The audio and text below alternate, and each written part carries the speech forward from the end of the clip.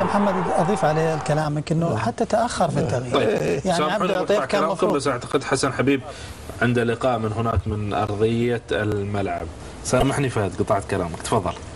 انا اقول لك انه يعني في ظل هذا الوعي من اداره الشباب، وانا اعتقد في ظل هذه الفرحه العارمه زي اللي تقول من عمق الزجاجه، يعني من عمق الزجاجه طلع.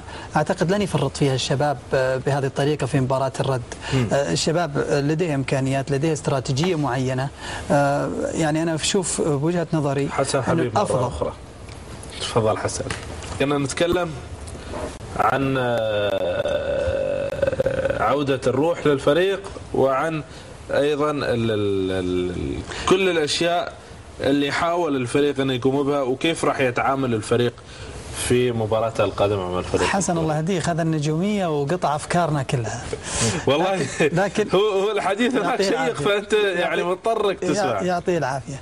على كل حال انا يعني سبحان الله، انا كنت في بدايه تحليل الاستوديو كنت اشيد بخطوه الاتحاد السعودي في تاجيل بعض المباريات. نعم. يعني الفريق الكوري كان لاعب مباراه مهمه في الدوري الكوري، يمكن قد تكون لها تاثير نوعا ما. فالتفريغ اللي سواه الاتحاد السعودي اطلع ثماره ان شاء الله عقبال ما نشوفها حتى مع فريق الهلال في مباراة الغد إن شاء الله.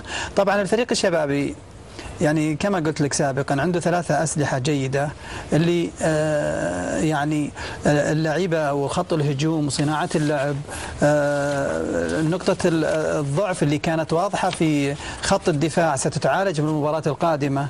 نتيجة مباراة اليوم أنا أعتقد أنها لما تحس بالغرق ثم تنجأ، أعتقد أنها تعطيك دافع كبير على محافظتك على النجاح. فأعتقد كل هالعوامل مع ظل الدعم اللامحدود من أعضاء شرف الشبابيين والإدارة، فأعتقد أن هذه مهمة وطنية ستكون ما أمامهم إلا أنهم يلعبون على الكاس. نعم. فهذا الشيء يعطي دافع قوي في ظل الإمكانيات والقدرات الموجودة في فريق الشباب، في أن شاء الله نشاهد فريق سعودي في النهائي. بسعيد، شكرا لك بسعيد. يا هلا كابتن فهد، شكرا لك، كنت سعيد بالتواجد. شكرا لك يا الله. شكرا لك. إذن